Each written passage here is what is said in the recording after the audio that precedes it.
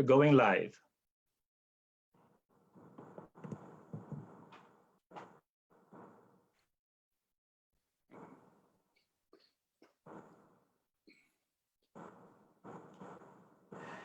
Right.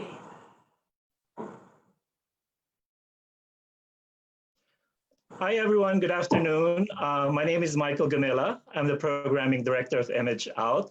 And thank you for joining us this afternoon. We haven't done a virtual talk back on a weekend afternoon. And we're doing this especially for Dan Karslake, who's based in Berlin, Germany, so we can get him live. Welcome to ImageOutPost. This is our platform for ImageOut to be able to get together in these special times of the pandemic and doing everything virtually.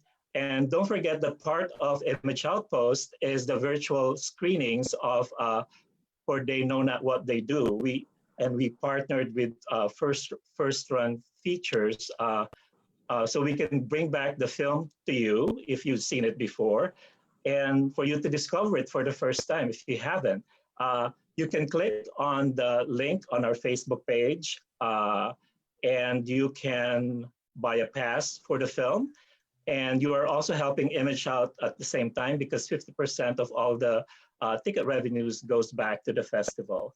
And this afternoon, we are fortunate to have filmmaker Daniel Karslake, and we also have Linda and Rob Robertson who are in the film.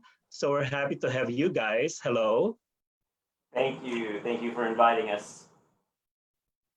And I would just like to bring up and congratulate Dan or Daniel.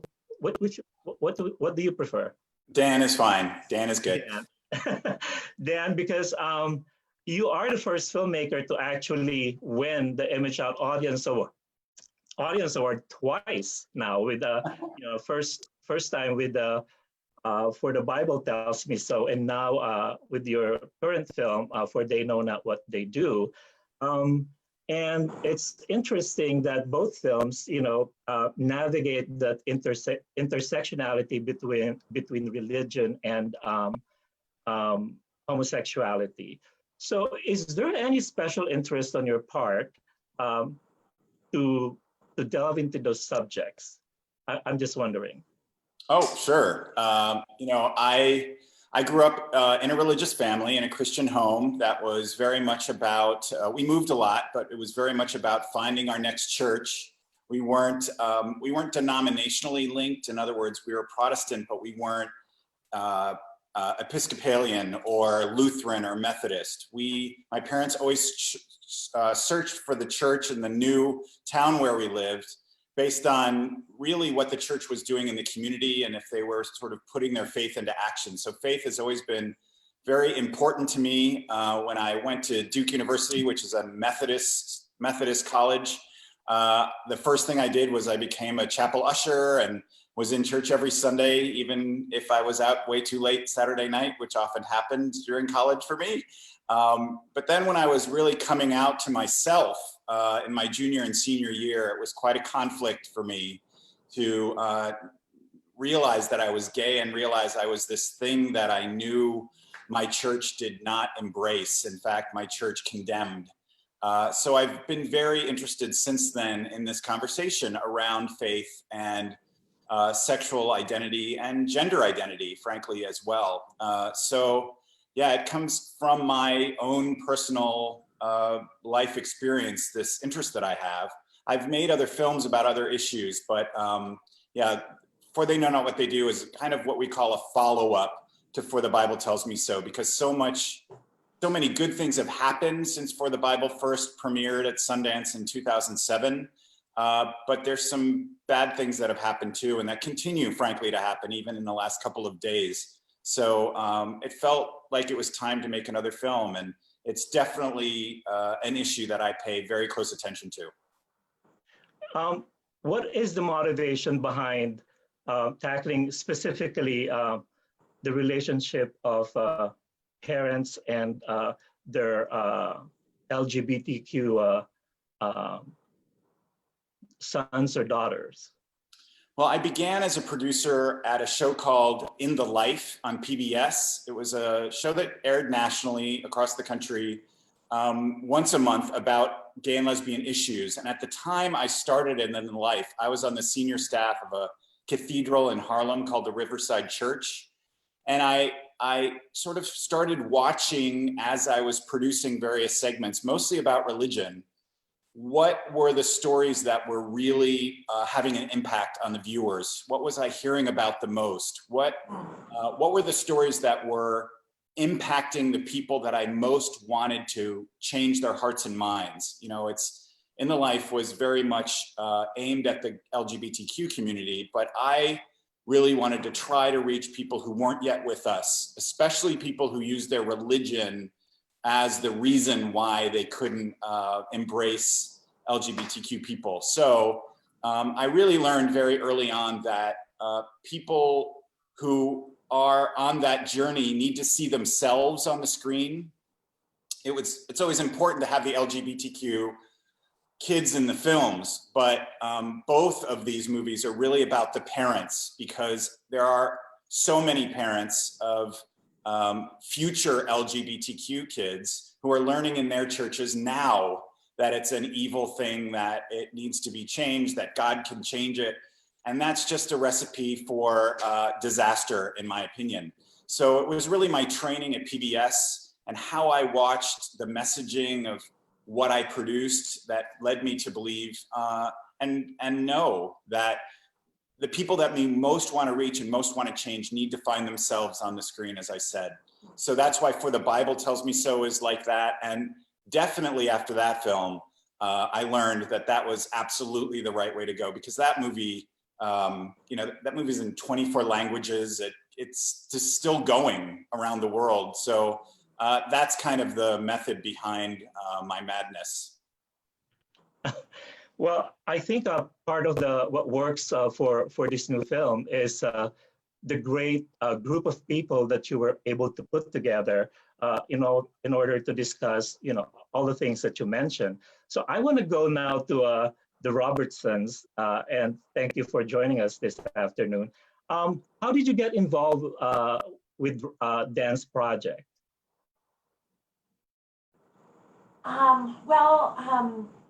We were in Atlanta sharing our story in 2014, and Dan had heard about us and flew from Berlin to Atlanta to meet us.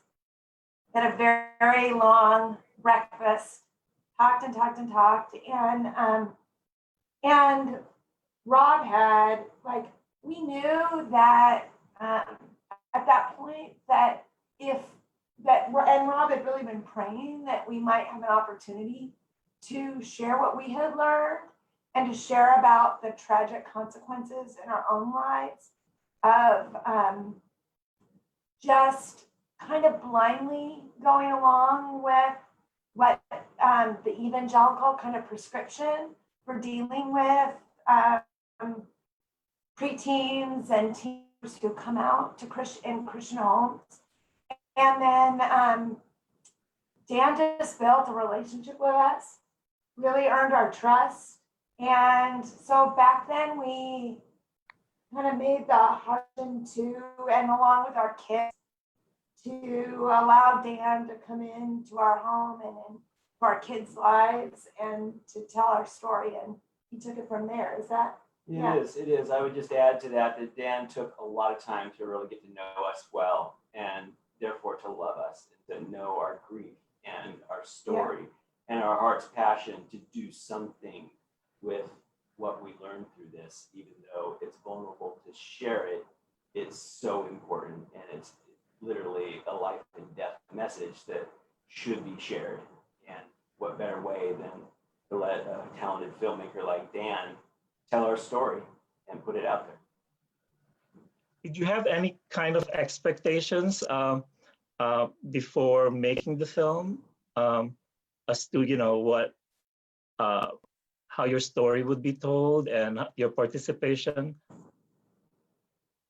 Or hopes, would you say? I would call it hopes too. I mean, our hope was that it would be told accurately, that our hearts would be well represented, and Dan hit that out of the park. because he took the time to get to know us well. I think that we hope that the message would get to others like ourselves. If we could turn back the clock and give ourselves a message, 2 years before Ryan came out, things probably would have turned out differently. And so we're hoping that that happens for others that have been taught in similar ways that we were taught and don't know what they don't know yet. Yeah. Just going back to Dan, so, making a documentary is, a lot different than just making a narrative film, and everything feels organic as as I imagine. So, was there any surprises when you were talking to your subjects, and did it affect the trajectory that your film took? Did you have to make changes because of how your conversations with the people happened, how things turned out? Absolutely. I mean, when you start a film project like this, or at least when I start, I have something of a pretty clear vision of what I want to cover. And then as I get to meet and know the people that I think may be in the film, I start to think about whether the stories complement each other, hit different parts of the journey, what that might look like. I originally shot 5 stories for this film, and in the end, it's only 4. The story that we had to leave out was a Mormon story, which makes me sad because it's a beautiful, very powerful story and very much needed story in the Church of the Latter-day Saints. But ultimately, one of the things you find out when you're cutting a film is how hard it is to tell multiple stories in a time period of less than 90 minutes in a way that does everybody's story justice. And we just could not, it felt like every story got far lesser with another story in the movie. So we ultimately had to make that the very hard decision. One of the big things we learned also while we were cutting, as Rob and Linda said, I got to know them very well. I did that with all of the subjects. I feel very strongly that if people are really going to give the world through my film their story, they have to really know my heart and know where I'm coming from and what I want to happen through the film and all of that. So I spent a lot of time with my subjects before there's ever a camera, right? So obviously I got to know all 4, really 5 stories very well. What I didn't realize until we started cutting it was how hard 3 of the 4 stories are. There are quite tragic consequences or happenings in 3 of the 4 stories. And I knew that while I was shooting each one, obviously, but when you start to put it together and you start getting to the 3rd act of the film, you're like, oh my gosh, a lot is about to happen. We have to make sure that it's not too much. I mean, it's a real balancing act. And I have to, every time I talk about the film, I have to acknowledge that I have had who I think is the best editor in the business working on this film, Nancy Kennedy. When you watch this film, when I watch the film, I'm super clear that she is all over this movie.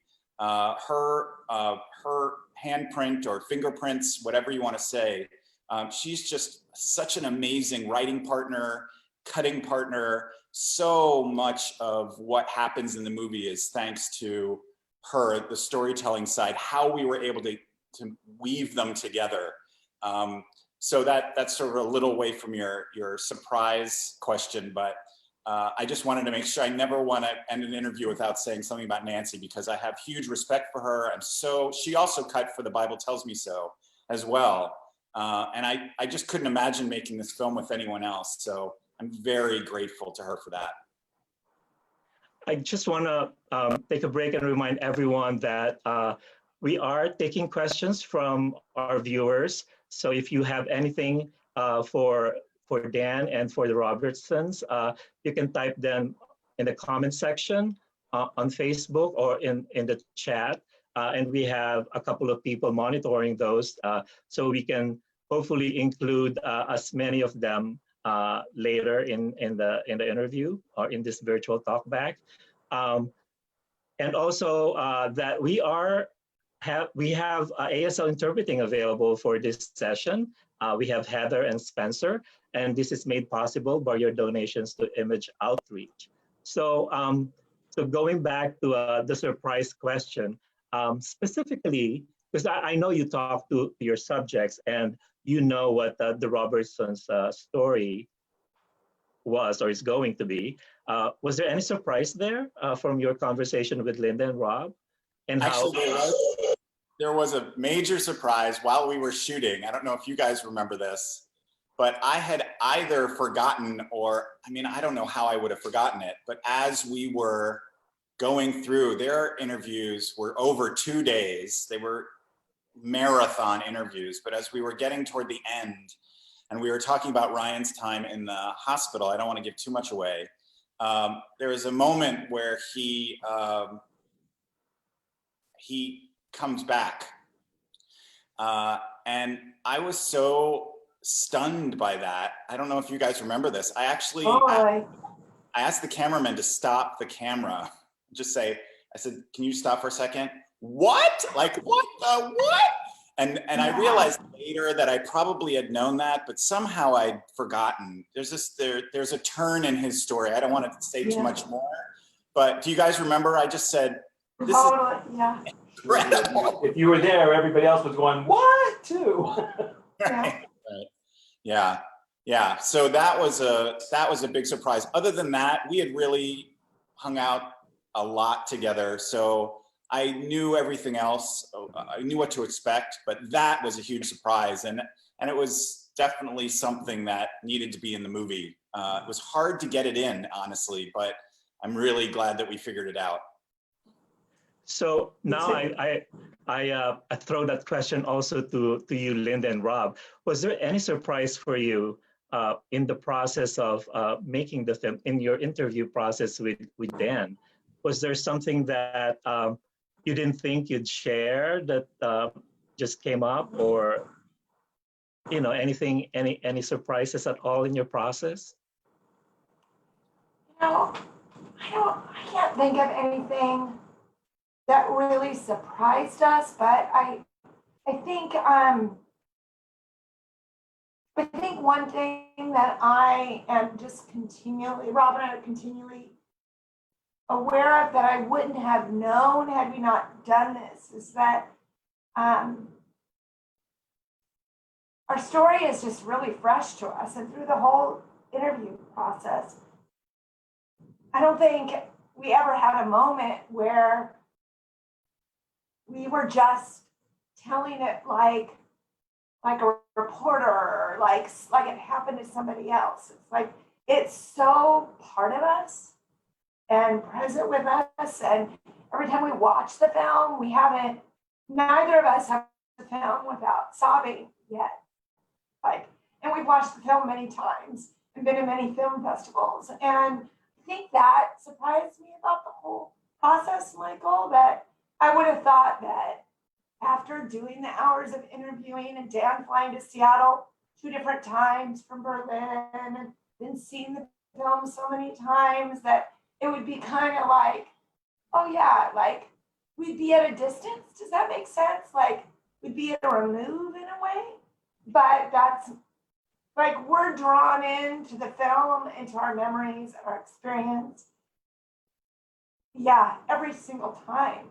And in that way, Dan, I think surprised us in exceeding our expectations for presenting our story in a way that was honest and accurate and provoking, in a way that it's honestly a grieving tool for us, because it encapsulates so much of what we went through over a period of years, but condensing it down in a short period of time like this just brings all that emotion up. And that is good for us to shed tears. Like I said, I think somewhere in the film that if Ryan's death occurred, it wasn't about getting over it or healing from it. It was about learning to live with it. And we're determined to thrive, and we have found lots of thriving in our life in spite of being really honest with our grief. Did you ever think in the process of this, like sharing your story, that people will somehow put a blame on you for what happened? Did that ever cross your mind? Yeah, Of course. That's very real. In fact, when our story in short version was on the internet and people were reading it, I think that we received tons and tons of verbal assaults on just that. And we took fire from both sides of the conversation. And perhaps some people from the LGBTQ plus community didn't finish reading it maybe, and saw us as the target of the non-understanding religious condemners of them, and they've launched. And so, yeah, I don't think, but that, Michael, that response has not been very difficult for us, even though, yeah, especially when a blog that I wrote went viral. We got so much hate mail, but we get it. yeah, We get it. We've had to really wrestle with our own anger at ourselves, our own kind of has transformed from like anger and guilt and shame and self-condemnation to what is lots of therapy, lots of work, what is now just regret and grief. So it's very easy for us to empathize with people that blame us. So you weren't totally surprised by the reaction, and as far as the hate and the angry people reacting that way towards you. We represent the church in some ways to a lot of folks. The evangelical church, and the evangelical church has done such egregious wrong and caused so much untold suffering to the LGBTQ plus community that no wonder people are mad. right. And we watched our son take the hit of this very pain in front of us over a period of years. And so that hurts very real to us. So there was no surprise to see that coming back and sharing our story as we basically represent the church in our story. Yeah. I think this is a perfect time to ask a question from one of our viewers. Michelle said, watching the film on the anniversary of the Pulse shooting and the day of the Trump administration's announcement of the rollback of LGBTQ protections, it really felt intense. So what role do you see for this film or films in general being able to contribute to creating progress? And I guess that goes for both Dan and Linda and Rob. All to say in short, but Dan, jump in that our hope is that the film, how the people will share it with their conservative friends and family, and like so that people will begin to learn and listen, and they might vote differently. Like that's our prayer, that they might think about what's at stake, and they might treat their adult queer children differently. Treat their like as Dan said, the children that are yet to be born, the queer children that are yet to be born, that they would respond to them differently. So our hope is that it would reach those parents like us who really think they're doing the loving thing, and they're just wildly misinformed. Dan, what? To piggyback on what Linda said, I learned a lot from For the Bible Tells Me So. It really was a great blueprint, starting with the name of the film. For the Bible Tells Me So, as many people know, is the second line of a Christian hymn called Jesus Loves Me. Jesus loves me, this I know, for the Bible tells me so. That was very specifically done so that when the film got to whatever streamers it was going to be on, in that case, Netflix, Amazon, it was pretty much everywhere, Christians would see that and be drawn to it because they knew that line. And that worked endlessly. I have heard from at least thousands of people who said, I chose this on Netflix because of the title. If I'd known when I started it what it was, I wouldn't have watched it. But by the time I realized where you were going, I was so pulled in. I watched the whole film, and now I need to look at my Bible again.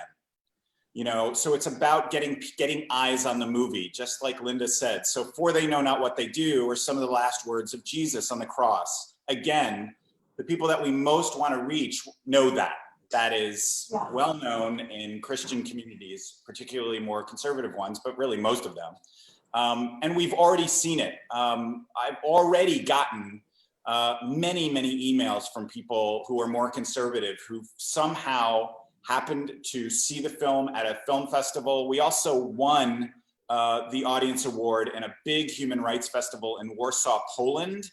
And the reason why that's very important is Poland has a very conservative, populist, nationalist president who has used the fear and loathing of LGBTQ plus people to get where he is. And his party just in October had huge success because he's been only talking about the hatred of gay, lesbian, bisexual, transgender people. Because we won the audience award in Warsaw, the movie is being sent all through Poland. A third of Poland has declared itself LGBTQ free, meaning that they think there are no LGBTQ people in an entire third of Poland. It's that bad. Gay bashing and gay murders are going through the roof. So already our movie is going kind of behind enemy lines. I don't like that term, but going into places where it's most needed. And I have a lot of faith that that will happen in the US as well. There are 2 Bible studies being written about the film, one more progressive, one more conservative. Churches are looking for Bible study material. We will give that to churches so that they will use the film to study this issue. And the person who asked the question, who saw the movie on Friday, we depend hugely on word of mouth for movies like this. We don't have huge marketing budgets. This is an independent film the money was raised charitably. So if that person who saw the film and anybody else who has seen the film would talk to their friends and family about seeing it, not just post about it. Posting about it is great, but you know, social media has kind of numbed us all to so much, I think. And you see so many things on social media that you need to do, but word of mouth is so important. And the way the movie will get to where we most need it to be is if people start talking about it and saying, oh, your son just came out to you and you're really upset. Yes. Watch the movie, it may help you understand. It's why this time we partnered with PFLAG and GLAAD for the premiere of the film. So both those organizations are behind it and very supportive. So we're just really hopeful. Movies have a shelf life. That's what For the Bible has proven. For the Bible is 12, 13 years old now, and we're about to go into our 25th language because other parts of the world haven't been ready for it until now. And we're really hoping that For They Know Not What They Do will sort of take that same trajectory. Here at ImageOut, we partnered with the Human Rights Campaign, the local chapter, in order to get the word out for your film and to make sure that it goes beyond just our usual LGBTQ audience from the festival. And it's amazing, like you said, that you create the film and then takes a life of its own after all the screenings, and it goes beyond your imagination, how it affects people's lives, and becomes an educational tool. And I think that's what great films are. So I have another question for Linda and Rob. Your journey felt so transformative. I'm so curious how you feel about the current political environment and how often people of the Christian faith have their votes courted through anti-LGBTQ rhetoric. That's a timely question. It's a big deal. You know, we're living in some ways in a kind of a nightmare with our political leadership right now being so anti-LGBTQ+, and it breaks our hearts, and it reminds us every day that this work is important, and we're more committed than ever to it. Yeah, I think, in a word, it's just, well, or several words, it's incredibly, unspeakably grievous to us that Christians who, like when Christ was all about inclusion and condemning the hypocritical Pharisees and the judgment of the Pharisees and bringing in the outsider, that evangelical Christians have become synonymous with hate toward lesbian, gay, bisexual, and transgender individuals. It's just, it's grievous to us. And it's made it very difficult us to stay engaged in that world. We have, you know, our politics have changed dramatically.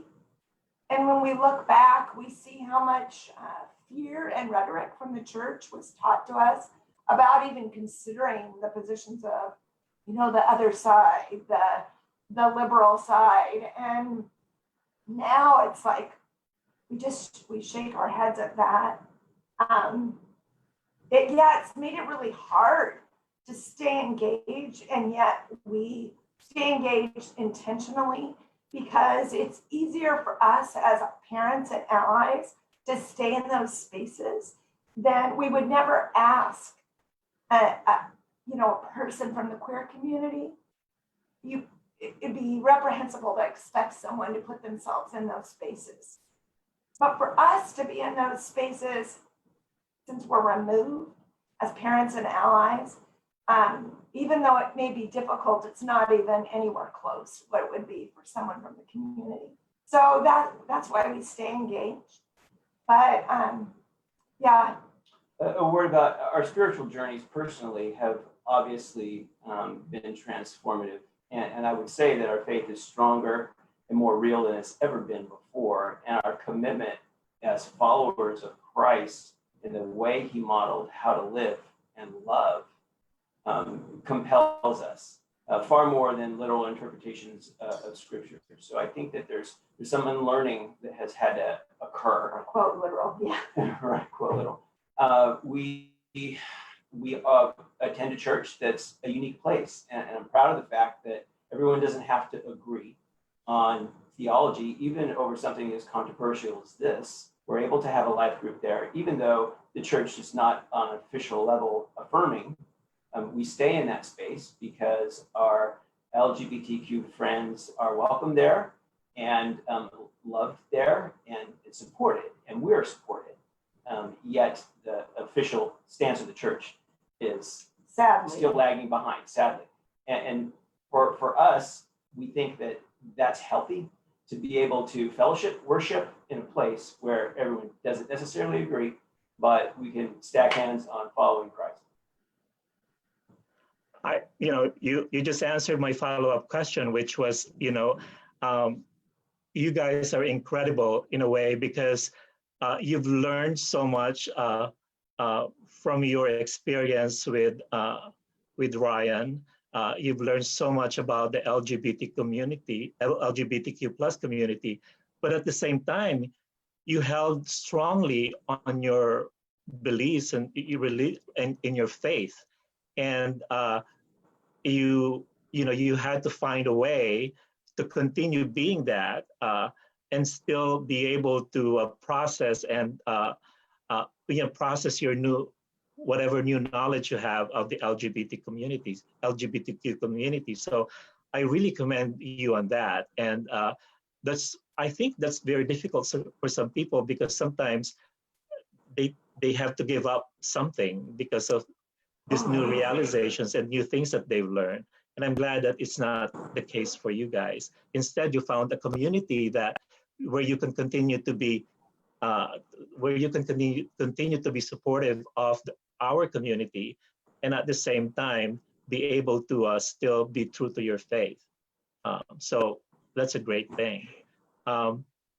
So going back to Dan, so we talk about all this, all the positive things that the film has brought, and we showed it at our festival. It was almost sold out because you probably saw it on the camera, and it was a lot of people wanting to be there and see what your film was about, and they were very they participated in the Q&A. I was wondering, is there any opposition that you got from audiences? Like, did you get any negative reaction from your film? People that do not believe in some of the things that was in your movie? I was wondering. Yeah, no, unfortunately, so far, no backlash. Darn it! I mean, I kind of want that. I hoped and expected it for the Bible, and the only backlash that I got there, and this hasn't started yet with this movie, but it will soon. For the Bible, I got a lot of death threats online from Christians who hadn't seen the movie. And I responded to every one of them. Some of them were quite dark, and I'd always just respond, dear, you have a gun for my head.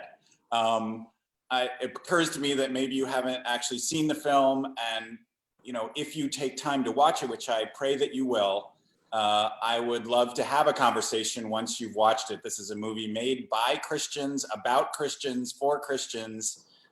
It's absolutely not anything that you appear to think it is.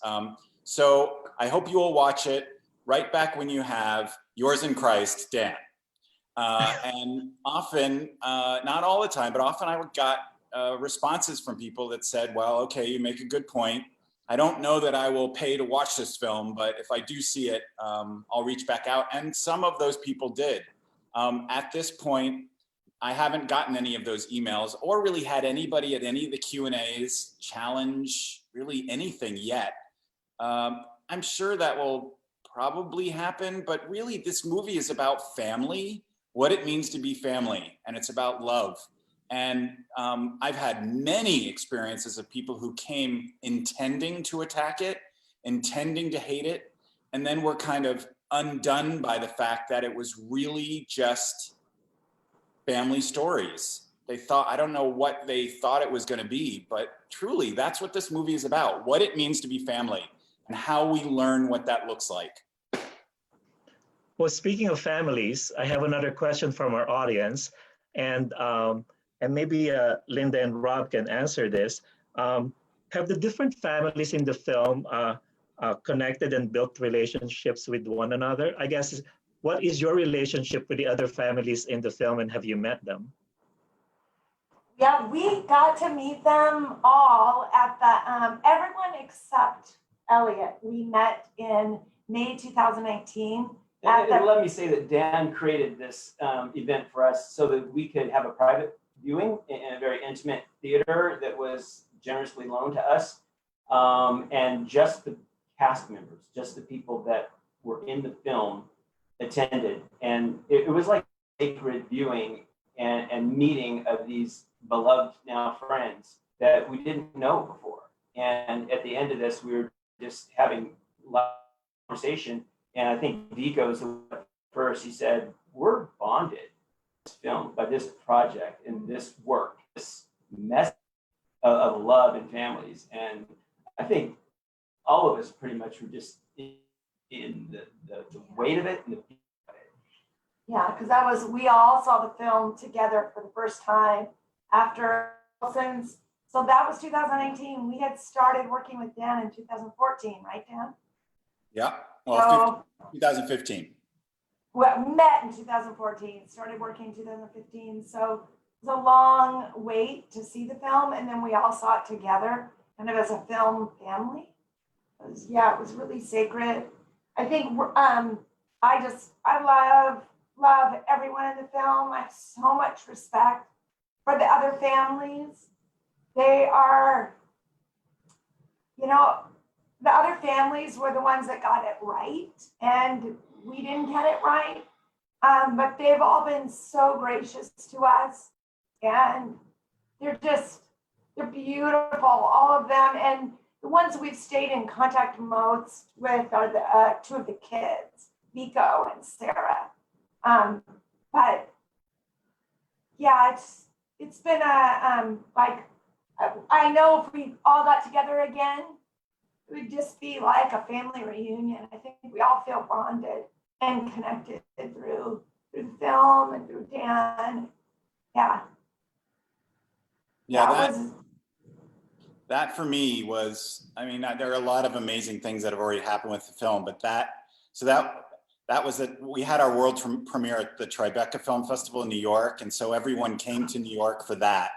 But there was just no way I was gonna allow these people to sit in a public theater with other people and see this movie for the first time. And I just was dying for everybody to meet each other. So as Rob said, HBO gave us a screening room in New York, and that was super. As a director, I don't think I slept for maybe 4 or 5 days before it happened, because everyone I cared about was going to see it at the same time, and they were going to relive all these things that were kind of the worst things that have happened to them. That was not nice. But it was countered by this amazing experience where they all just fell in love with each other. You know, all these people that I already loved, but had no, I don't think I ever really even talked much to other families about the other stories. Maybe I mentioned it a little. So yeah, we have a couple of pictures from that day, and they're my favorite pictures. I loved that. That was super amazing. Just to pick up on something that Linda said about, you know, the other families getting it right, and you guys did not get it right, and I think that's why your story is so incredibly easy to relate to, because a lot of families don't get it right. So that's why I think it holds. I mean, all the stories are great and amazing, and it speaks to a lot of people. But I think because of your the emotional gravitas of your story, it just remains with people. And I think it also is the emotional center of the film in a way because of that. So I have to ask Dan, was that intentional, or is that just something that I'm imagining? No, it was definitely intentional. I knew once Rob and Linda said yes that their story was very complicated. So I knew it would probably be the kind of spine of the movie, that we would start with them and that we would end with them. And I knew that pretty early on. Yeah, so tell me your question again. I've lost your question. Well, I guess you answered it anyway, because I was just asking you if it was intentional that the story of Linda and Rob is going to, if it was intentional at all.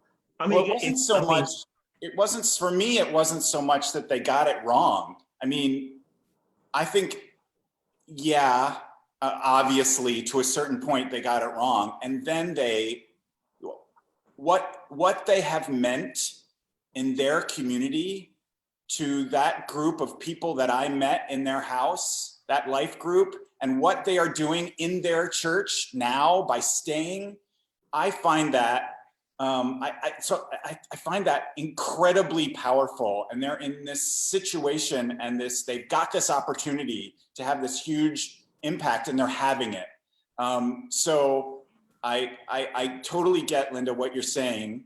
And I think why I knew you would be the spine of the film is not because you got it wrong, but that you ultimately have this huge message to give to the world. And you say it in the movie that you want people to see your experience so they can get it right the next time, right? And that is just, that's why I wanted your story to be the spine of the movie. Because Dan, will you share the unintentional gift of of the response of people of color seeing that to the film? Yeah. Because right now that feels especially important, and I don't think it's something you set out to do, but I'm so thankful it happened. Yeah, so really from the very beginning, one of the big responses we've gotten is that, there are two stories of there are two families of color in the film, a mixed race family with a trans son and a Latinx family with a gay son. And those stories in this movie are pretty much the unconditional love stories in the film, which is never, those aren't the stories that are told in their communities or about their communities. The press is very invested in, first of all, the image of the sort of Latin macho male guy, right? And so Vico even bought into that, but his father and his parents, but particularly his father, turns out, when he comes out, and I guess we'll give it away, but his father just immediately says, "Oh, you're gay? Okay. Oh, come here and let me give you a kiss. I love you." And it's like not an issue at all. And it's because it's the Latinx family. I've had people in tears after many screenings saying, "I've never seen a story told of my community like that, where we're the ones who immediately, to say it like Linda said, got it right." And the same thing with Elliot, Elliot's parents, Colleen and Harold, they weren't immediately on board with what Elliot wanted to do, but they were very quickly striving to learn and educate themselves, figure this out and walk with Elliot down his path. And again, people of color, Black people also say to me, we're not the ones that got it wrong. We never see this. So as Linda said, that wasn't something that I consciously understood because I live in my hugely privileged skin. Right.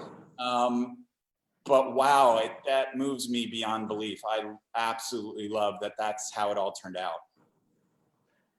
And I think that's what's great about your film is the diversity that is in the film, not just in terms of race and color of the skin, but the diversity in stories and how unconventional some of them are that we've never seen on screen. And to be able to do that with this film and with only a limited number of subjects, and also within 90 minutes, is pretty amazing. So congratulations on that, Dan. Thank you. Thank you. So I just have another question for the Robertson. Was there any lessons that you learned during this process? Anything new that you learned about yourselves maybe, or from the experience that happened as you were recounting things on camera maybe? And I don't know if you've done this before, if you were interviewed about your experience before, but I was wondering if this was the first time that you talk about your experience on camera. I think we've had a few opportunities here and there, but probably this one's the biggest. I think that we just covered the most profound thing that we learned through this, and it's just a product of our white privileged life. That we couldn't see this thing that people of color pointed out to us, that people of color in the film got it right and we got it wrong, and that was portrayed boldly and honestly. And that was a gift to them to see that reverse, so to speak, from historically what's presented in the media. And I thought, wow, by accident, what a wonderful, wonderful thing. And yet we couldn't see that coming. And so to understand better our white privilege and what people of color live with on a daily basis helped open our eyes. And every day there's something new to learn in this arena of our white privilege. So yeah, that was fun. I think more generally, through the process of filming and then going to film festivals and seeing the film, I have personally learned a lot about owning my own mistakes and how easy it is to want to look at my mistakes and like put them in the past and say, oh, but I didn't know better. Or, you know, that line like, know better, do better. Or like, and for me, that's like a lot of people say, Linda, just forgive yourself, just forgive yourself. And for me, I've really learned that the most emotionally honest and intellectually honest and most authentic thing I can do is to say, I am both beloved by the Creator, I am a worthy, valuable human being, and I made horrific mistakes that tragically affected someone I love more than myself. Both are true. And so it's encouraged me not to view myself and others as more of mixed bags. Like, we're not all good or all bad. And I think social media and the internet encourages us to write people off as all good or all bad, but that's just not true about anybody. And it's especially not true about myself. And I don't need to make myself all good. I can sit with and grieve the parts of myself that did this horrific thing and still learn to love myself and have self-compassion. Like, for me, that's been my journey, and it's been a journey that I think wouldn't have happened had it not been for being a part of this film. So it's been a huge, journey of huge inner growth for me working with Dan. I think sometimes when you talk, I still feel the part of you that blames yourself and all that. And sorry. Thank you. No, your tears are a gift to us. Thank you. It means a lot. I truly hope you've forgiven yourself, because what you do is amazing. I'm sorry. No, thank you, Michael. Your tears are precious to us. And we truly have, but the thing is, if we put it completely in the past, then like, we want to stay aware so that we can continue to be different, to live differently, and to continue to share our story, and to continue to have grace for people that are like us, like we used to be, but right now they're still in that same place of the pre-2012 Rob and Linda. And we want to be very in touch with those people as well. So tolerating our errors and our mistakes now leads to giving grace to people that are where we were.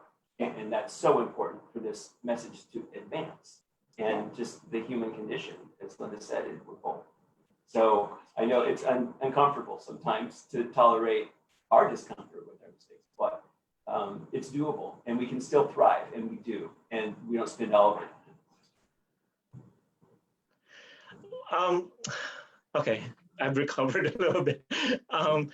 So I was just wondering if there was anything at all after having seen the film multiple times.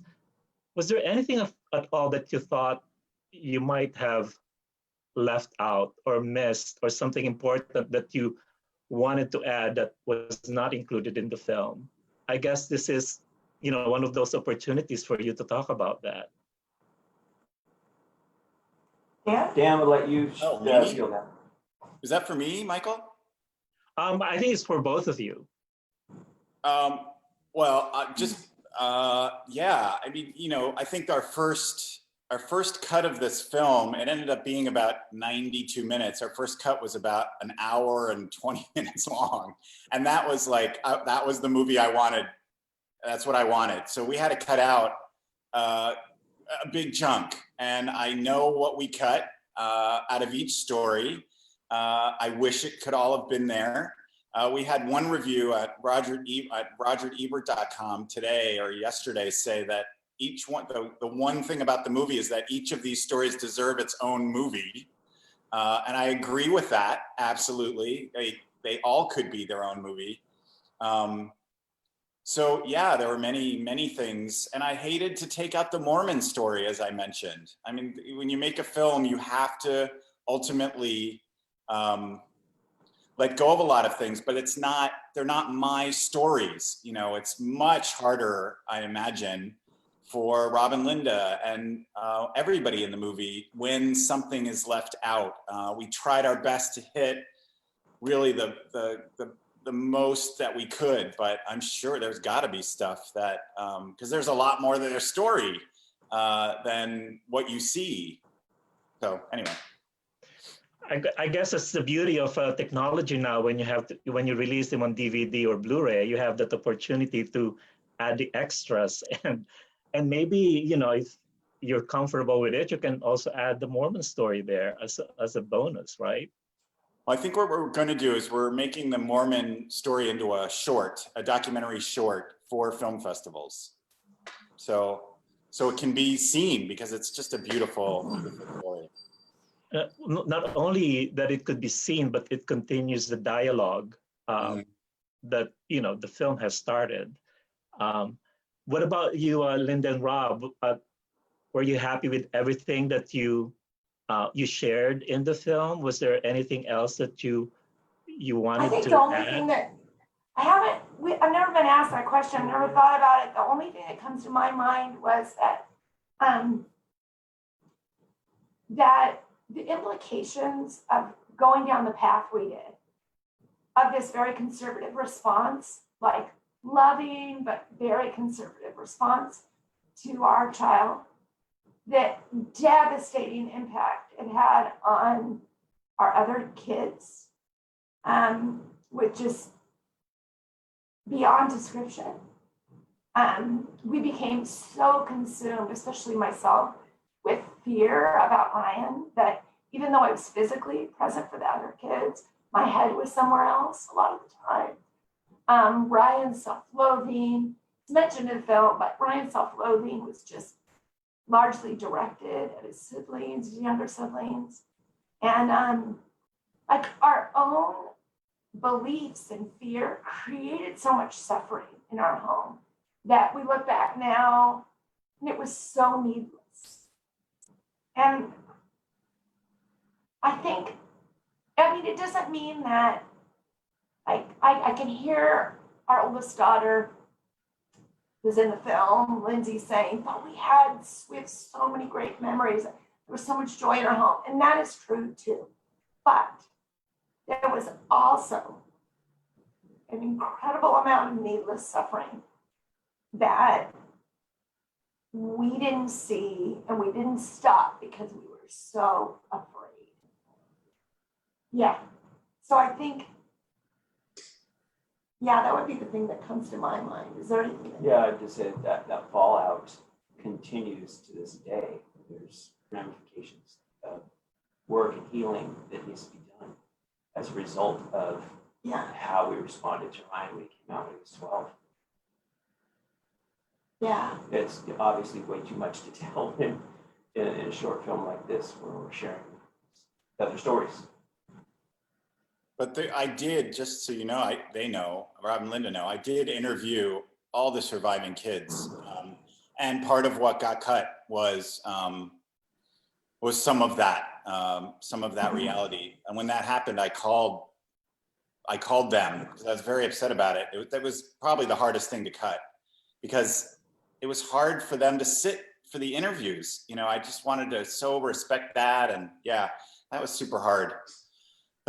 Yeah. Well, I've been holding you hostage here for a little bit over an hour. So, and I know it's getting late where you are in Berlin, Dan. So just as a parting word, and I hope you stay after I stop the live stream, because I wanted to just say a few words to you before we leave. what's next for you, Dan, as far as films and projects?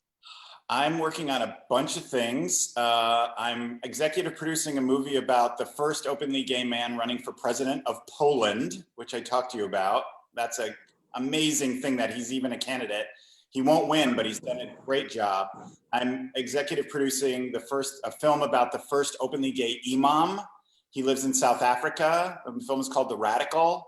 I'm also working on executive producing a film called 1946 about the fact that the word homosexual didn't appear in any Bible until the year 1946, even though the Bible is this book that we know is much, much older than that. The word homosexual never appeared until 1946. So what is that about? How did that happen? There's amazing research that two really incredible people found at Yale about how the New Revised Standard Version was written and how that word got in there. And I'm making a film about something completely not about LGBTQ people, about Hitler's unbelievably strong effect he had on Hollywood in the 30s, and the fact that he was able to censor about 70 Hollywood films and stop numerous film projects completely. It's really an amazing story. It's called Hitler's Man in Hollywood. So those are 4 of my current projects. Oh, well, and also don't forget that you're planning on making the Mormon story a short. Oh, that seems like nothing compared to the rest of them. That's true. Yeah, I have a couple other, but I know you don't have enough time. So, but yes, the Mormon story is a short.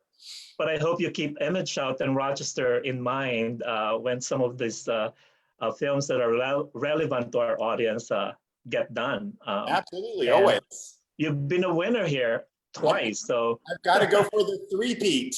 Yeah, of course. So Linda and Rob, any parting words for our viewers?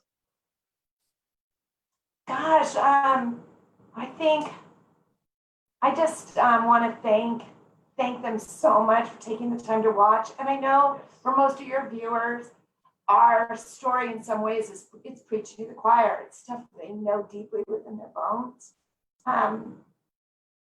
But like as Dan said, boy, if they are just, our deep desire is just, if they can share it, that it would reach those people who might be, middle of the road, or they have queer friends, but they don't really get it. Or, sometimes people before our own child came out, we thought we were progressive. We really did. We thought, oh, it's no big deal. Our brother's gay. We love him. We love our gay neighbors. We didn't have any problem with that. Gay bashing. Oh, no, we were against it. And yeah, we thought we were, allies, but we so weren't when it came to our own child. And we just so hope that, and thank everyone if they'll share it so that it can reach those families and prevent those families from the tragedy that our family has gone through. Agreed. Well, and our heart's desire is that everyone would share it with the audience that really needs to see it. Rob and Linda 15 years ago or more now. Yeah, way more now. So that they can have their eyes open and begin a journey of new knowledge. Well, we're very fortunate that you shared your story to us and to a wider audience, and it will continue to teach people and hopefully save a lot of kids. And what about you, Dan? Are there any last words from you? Just I'm so grateful to you, Michael, and to ImageOut. You guys have been so supportive of my work. Congratulations on everything you've accomplished in Rochester. For the next film, I'm coming to the festival. I've had to miss both of my screenings in Rochester, even though my family spends every summer in Western New York in a place called Chautauqua Institution, not far from Rochester. So congratulations to you. Thank you so much. And thank you to everybody who watched. And to echo what Linda said, films like these only are seen because of word of mouth. It's so important. Please talk to people, put it in front of them. You can gift the movie to someone. When you stream it, you can either watch it yourself or you can gift it to someone else. If you know somebody who needs to see the film because they have a child or a parent who's come out, please consider doing that, because the more people who see these stories of love and transformation, the less suffering there will be, and the less suicide and all of that. So thank you again, Michael, for giving us this platform for 2 audience awards. Thanks to the audiences in Rochester, and I hope to see you sometime soon with the new film. Yeah, and thank you for inviting your mom and dad to our screening. So we were so happy to host them when we screened the film in October at the. Yeah, that was on my dad's birthday. I remember that. I forget where I was, but that was. They were superstars in our screening because you weren't there. So they had such a great time. I still hear about it. I told them I was doing this, and they were like, "Oh, I'm sure they're watching. Hi, Mom and Dad." Well, we have to say goodbye to our live stream audience now, but you guys stay for a little bit. And again, to everyone who tuned in, thank you for joining us. And just a reminder that if you haven't seen the film, or if you have people that have not seen the film who must see the film, we have a link on our Facebook page for the virtual theater for They Know Not What They Do. And again, thanks for joining us, and we'll see you at the next Image Outpost event. Love you, everyone.